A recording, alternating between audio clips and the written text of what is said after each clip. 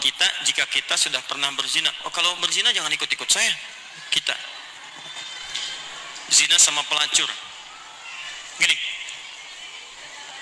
kalau Anda masih punya kesempatan bernyawa dan belum sampai nyawa itu ke kerongkongan, maka tobat itu sangat terbuka bagi Anda. Kecuali kalau nyawa sudah sampai ke kerongkongan, segera kembali. Bahkan ada ayat yang khusus diturunkan untuk pertanyaan Anda ini. Ayatnya ayat ke-53, surahnya surah ke-39. Ayat itu diturunkan untuk menjawab seseorang yang terlibat dengan pertanyaan Anda seperti ini dan dia mau tobat. Maka Allah turunkan ayat kuliah, ibadiyalladzina asrafu ala anfusihim la taqnatu min rahmatillah. Katakan Muhammad pada hamba-hambaku yang telah berbuat israf. Di antara israfnya mengerjakan perbuatan dosa besar. Dosa besar di antaranya zina. Ketika dikerjakan seperti itu dia mau tobat. Kata Allah, ayo tobat, jangan putus asa dari rahmat Allah Subhanahu wa taala. Kenapa ada kalimat jangan putus asa? Karena orang kalau berbuat dosa besar, setannya lebih mudah menjerumuskan dia. Karena akan dibuat kalimat-kalimat dalam dirinya seakan-akan mencegah dia untuk bertobat. Sudah, dosa kamu berbuat sudah begitu besar, nggak ada kesempatan untuk bertobat lagi. Sudah, kamu sudah terlanjur basah, berenang sekalian, tinggalkan perbuatan yang ini. Kamu medannya di sini, kamu dunianya di sini. Kata Allah, itu semua tidak benar. Saya itu adalah Tuhan rahmat, bukan Tuhan ghadab. Rahmat saya melebihi ghadab yang ada dalam diri saya. Maka rahmat itu manfaatkan. Tobat. Ayo tobat. Saya katakan, jangankan Anda, pelacurnya pun, maaf ya, duhai perempuan-perempuan dimanapun Anda berada, yang terjebak dalam pengaruh setan untuk menjajakkan dirinya, sehingga disebut dengan pelacur. Maaf, saya tidak ingin memperindah bahasa ini. Saya tegaskan pada Anda ya, kalau maksiat itu istilahnya jangan dibikin sopan. Kalau dibikin sopan nanti bangga tampilannya. Maaf, koruptor maling. Ketika dibuat koruptor, dipakein jaket kuning, cuma pakai jaket, masya Allah, enak banget senyum-senyum, bawa tas.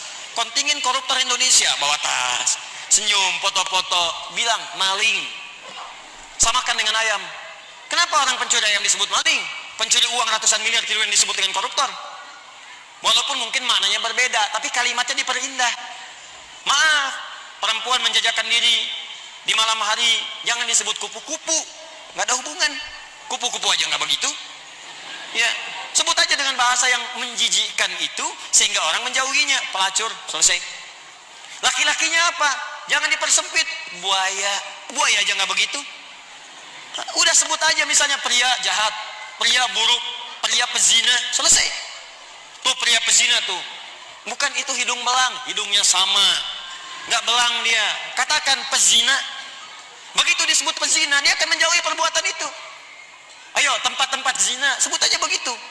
Ya, jangan disebut dengan kalimat-kalimat yang indah. Begitu disebut dengan kalimat yang indah, seakan-akan perbuatan itu menjadi baik. Teruskan. Pernah dengar tentang hadis ini? Seorang pelacur memberikan air, minuman kepada seekor anjing. Ketika diberikan itu tiba-tiba keluar firman-Nya dengan segala keikhlasannya dia masuk ke dalam surga. Pernah dengar hadis itu?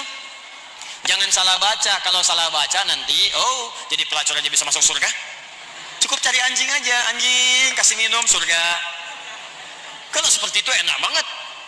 Bukan, cara bacanya adalah ketika dia memberi minuman itu, dia sadar dengan dirinya. Ini anjing aja hewan najis, disebut najis, keadaannya terhina, diberikan minuman, tiba-tiba dia bisa berubah beraktivitas dengan cara yang baik. Saya manusia, bukan hewan. Walaupun saya melakukan perbuatan hina, kenapa saya tidak berubah seperti anjing ini punya energi? Dalam bahasa syariat, wahyu itu disebut dengan tuntunan air. Allah menurunkan air dari langit, membuat tanaman yang kering, tanah yang kering menjadi gembur kembali. Allah menurunkan wahyu-wahyu dari langit, ajaran-ajaran, membuat hati yang kering menjadi subur kembali untuk melakukan perbuatan-perbuatan baik. Sadar dia dengan perbuatan itu, bertobat dirinya. Taubat itu yang menggugurkan dosanya, berubah jadi beramal soleh. Amal solehnya yang menjadikan dia terjamin surga di sisi Allah Subhanahu wa taala. Pelacur, tobat, masuk surga. Pembunuh 100 orang, tobat, masuk surga. Maka saya ajak orang yang pernah berbuat perbuatan semacam ini, ayo tobat.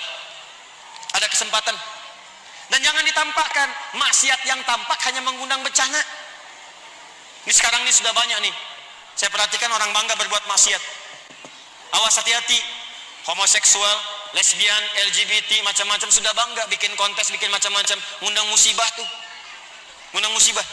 Dan kita doakan, kita ajak mereka dakwahi dengan lembut. supaya meninggalkan perbuatan-perbuatannya.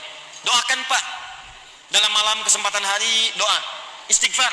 Karena istighfar itu diantaranya bisa menahan murka Allah Subhanahu Wa Taala. Wa ma kana Allahu liyu'adzibahum wa anta fihim. Muhammad, sepanjang kamu hidup mereka tidak akan pernah saya azab. Kalimatnya fi'il. Tapi ketika nabinya meninggal, wa ma kana Allahu mu'adzibahum wa hum yastaghfirun. Kenapa yang pertama kata kerja, yang kedua kata benda? Pertama kata kerja karena di zaman Nabi setelah masuk Islam jarang orang berbuat maksiat. Setelah nabinya meninggal berubah jadi kata benda, orangnya banyak bermaksiat. Tapi kenapa azab ditahan oleh Allah? Ada kalimat di ujungnya wahum yastaghfirun, karena ada orang-orang yang masih istighfar kepada Allah Subhanahu Wa Taala. Kita berdoa malam. Ya, bikin programnya. Saya kemarin ke Padang berapa waktu lalu, wali kota Padang punya program Padang bebas maksiat. Saya kira ayo Kabupaten Bandung, ya Kabupaten Bandung bebas maksiat. Anda berdoa, dakwahi, tampakkan kebaikan. Ayo mulai sekarang yang ngaji dengan saya minta komitmennya. Kalau Anda pegawai berangkat ke kantor, perilaku yang baik, tunjukkan nilai keislaman, jujur dalam bekerja, jangan takut. Anda tidak akan kehilangan rezeki. Anda nggak korupsi pun rezekinya segitu. Anda korupsi rezekinya nggak nambah segitu juga. Jadi kalau Anda bisa dapatkan yang halal, kenapa mencari dengan yang haram? Nggak usah, yang baik-baik aja, rezeki Anda sudah terjamin. Demi Allah saya katakan, kelihatannya banyak, cuman segitu juga. Kalau Anda berbuat baik, ditahan oleh Allah, seperlunya dikasih, perlu dikasih supaya Anda nggak repot. Kadang-kadang dikasih banyak supaya bisa zakat, supaya bisa infak. Cukup tempuh dengan cara yang jujur, rezeki datang dengan semestinya.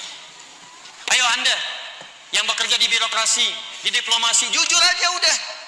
Tunjukkan nilai keislaman. Pak, kenapa so soleh sih? Gak nerima proyek begini? Bukan so soleh. Saya ingin menunjukkan bahwa agama yang saya peluk selalu mengarahkan pada nilai-nilai kebaikan. Demi Allah saya katakan, saya tidak menerima ini pun rezeki saya akan didapatkan dengan seperlunya, sesuai dengan kebutuhan saya. Paham? Ditinggalkan yang tidak baik. Apapun pekerjaan Anda, yang polisi, yang tentara, yang macam-macam, yang camat, yang lurah, yang bupati, ayo, kalau Anda merasa mengaji dengan kami, tunjukkan bahwa apa yang kita pelajari bisa dipraktekkan dalam kehidupan. Yang seperti ini, tobat. Kalau Anda tobat, saya doakan, saya bermohon pada Allah, semoga yang bertanya ini kalau benar-benar dia bertobat, dan semua yang bermaksiat bertobat, saya bermohon pada Allah semoga dimuliakan dengan surga saat kembali kepada Allah Subhanahu Wa Taala.